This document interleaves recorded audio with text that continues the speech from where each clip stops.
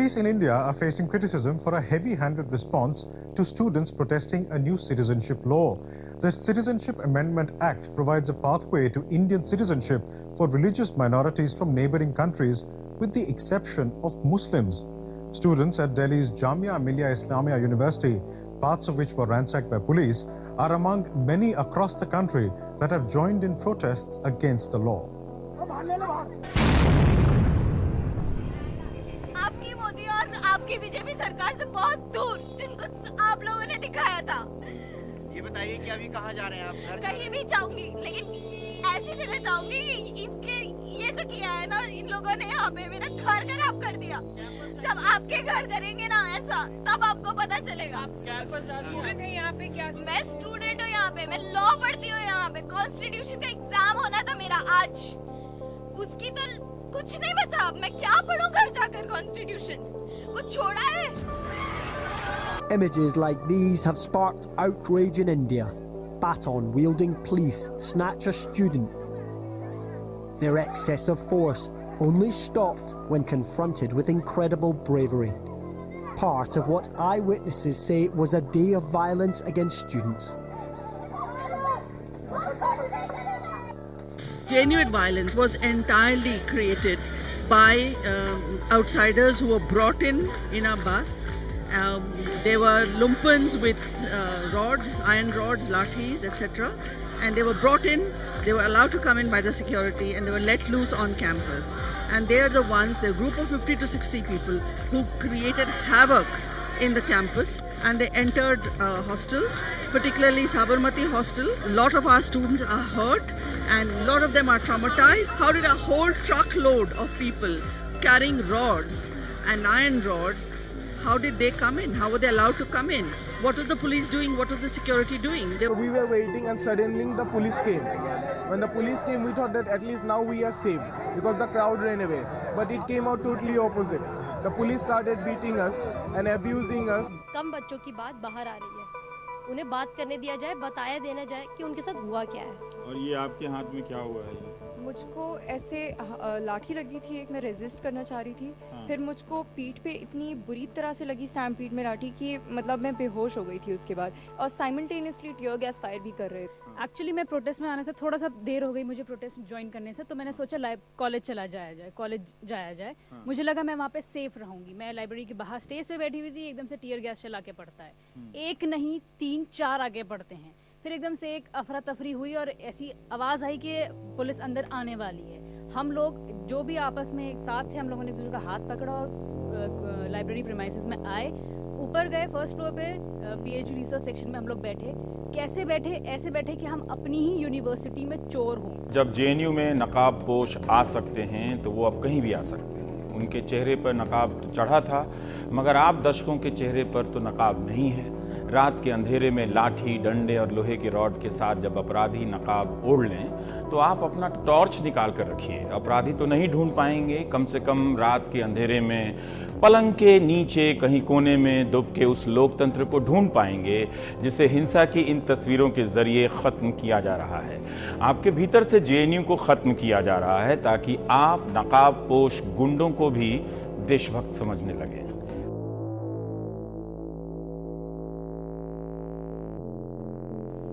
Mark my words this battle is not against the BJP.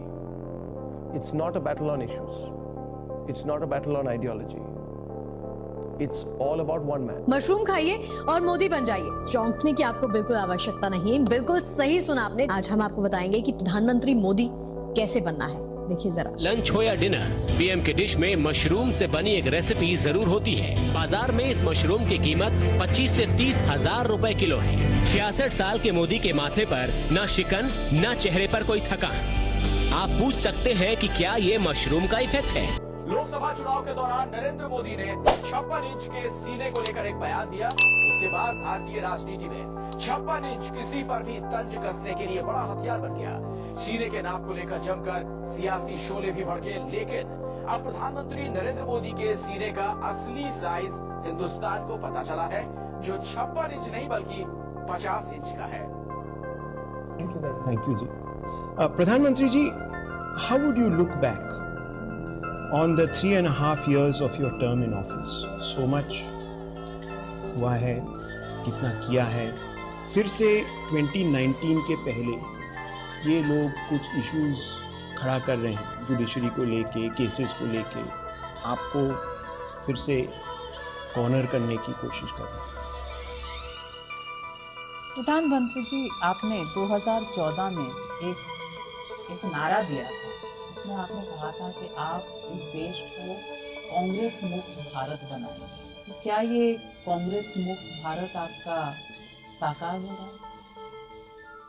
छुट्टी आप कभी नहीं लेते, और मैंने ये सुना है कि जब आप विदेश दौरे पर जाते हैं तो रात में ट्रैवल करते हैं, कहीं आप रात में रुकते नहीं हैं, हवाई जहाज में आप अपनी रात बिताते हैं. इतनी एनर्जी आप कैसे लेकर आते हैं? क्योंकि आपकी उम्र में बाकी लोग शायद कल्पना भी नहीं कर सकते. और आज आपकी एनर्जी ऐसी है कि कोई देश के जो युवा हैं उनको भी शायद शर्म आ जाए. तो आखिरी सवाल मैं आपसे पूछना चाहता हूँ, आप क्या चाहेंगे इतिहास आपको कैसे याद रखे?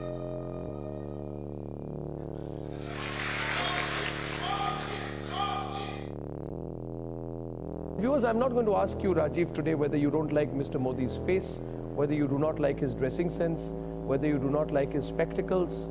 I'm not going to ask you whether you do not like the fact that he has a supporter base which Rahul Gandhi has not been able to for ages, whether you do not like his humble origins. I will not ask you whether you do not like the fact that he was a chaiwala and is proud of it. Do you not like the fact that he is whatever. If it's going to be Modi versus all, then Modi has an edge. Modi versus who? Modi versus who? But Modi versus who? But Modi versus who? Answer the question. Modi versus who? I'm simply saying who.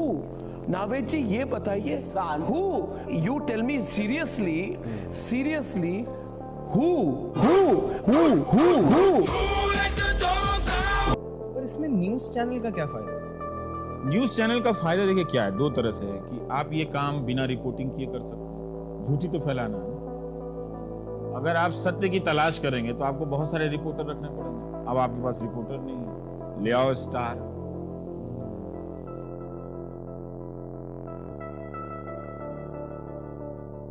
गरीब को सिर्फ सपने दिखाओ, झूठ बोलो, उसे आपस में लड़ाओ और राज करो. कुछ दिनों पहले न्यूज़पेपर्स में एक इश्तिहार आया. दिखा है इश्तिहार? इस इश्तिहार में मोदी जी हैं और हमारे साथ एक लेडी हैं, और इसमें ये लिखा हुआ है, ये लेडी इस इश्तिहार में बोल रही हैं कि thanks to the PM's Awas Yojana I have got a roof over my head. मतलब प्रधानमंत्री की जो योजना है, घर देने की आवास योजना है, उसकी वजह से मेरे घर पे मुझे अब छत मिल गई है. ये झूठी बात है, ये झूठ है, झूठ है, झूठ है. और उन्हीं के मुंह से सुनेंगे, उन्हीं के अपने अनुभव से सुनेंगे. अरे एक बार ये जो चोर लुटेरों के पैसे विदेशी बैंकों में जमा है ना, उसने भी हम रुपये ले आए ना, तो भी हिंदुस्तान के एक गरीब आदमी को मुफ्त में 15-20 लाख रुपए यूं मिल जाएगा. कितने रुपये? कांग्रेस ने लोकसभा के चुनाव में वादा किया था कि अगर हम सत्ता में आएंगे तो 1 करोड़ लोगों को रोजगार देंगे. इस रैली के साथ साथ अगर आप बीजेपी का मैनिफेस्टो भी चेक करें तो वहां पर भी जॉब्स के अंदर कहीं पर 2 करोड़ नई जॉब्स क्रिएट करने की कोई बात नहीं. आज भी अगर मोदी जी कोई काम नहीं कर पा रहे तो उसमें लगता है कि नेहरू जी का छोड़ा हुआ कुछ है जिसकी वजह से काम वगैरह. हाँ, इतनी प्रॉब्लम क्रिएट करके गए. प्रधानमंत्री हो तो मोदी जैसा, अदरवाइज अच्छा ना हो अदरवाइज. हाँ, मतलब इस तरीके का कोई नेता है ही नहीं इंडिया के अंदर. कितने प्रेस कॉन्फ्रेंसेस किए हैं मोदी जी ने? नहीं, ये तो नहीं बता था, लेकिन सभी नेताओं से ज्यादा, क्योंकि एक्टिव नेता है. नहीं, वो बहुत कम करते हैं. उनको तो काम करना है, देश को आगे लाना है. प्रेस तो फिर सवाल में टाइम वेस्ट. से पहले आप अपने मोबाइल पर मोदी ऐप डाउनलोड करें. उसके द्वारा जितनी भी जानकारी आपको चाहिए वो मिल जाएगी. आपने कहा प्रेस कॉन्फ्रेंस के बारे में. प्रेस कॉन्फ्रेंस वही करे जिसको अपने काम को गिनवाना पड़े. मोदी जी को अपने काम को गिनवाने की जरूरत नहीं है. जनता में तो सवाल जवाब होते हैं ना. सवाल जवाब तो तब है ना जब सवाल होंगे उनके प्रति कोई सवाल ही नहीं. अर्थव्यवस्था बहुत बढ़िया चल रही है.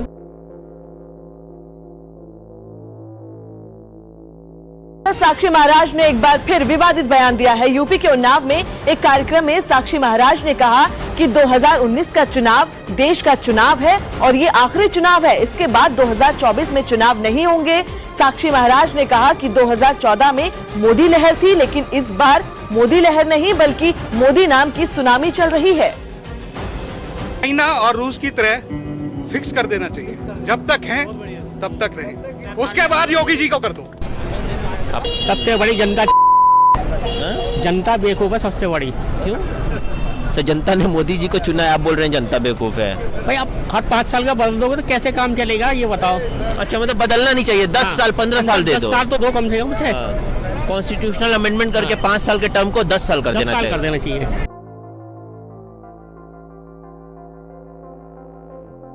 पूरा मोदी है, मोदी भगवान है भारत का।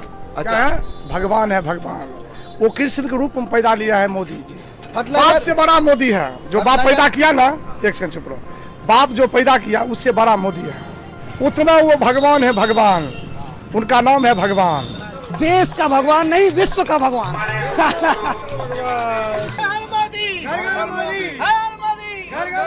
दिल्ली में नेशनल एग्जीक्यूटिव की बीजेपी की मीटिंग चल रही है और यहाँ बहुत सारे लोग आए हुए हैं। मोदी जी सनग्लास लगा के भी आए हुए हैं। आपने ये कहाँ से खरीदा ये मास्क? ये मास्क हमने मोदी मर्चेंडाइज है, उससे खरीदा है। 1914 से। अरे बाप रे, सीना फाड़ के दिखाई। हम देखिए सर, हम उनका प्रचारक है, प्रधानमंत्री के 10,000 वोट का मालिक है मैं सर।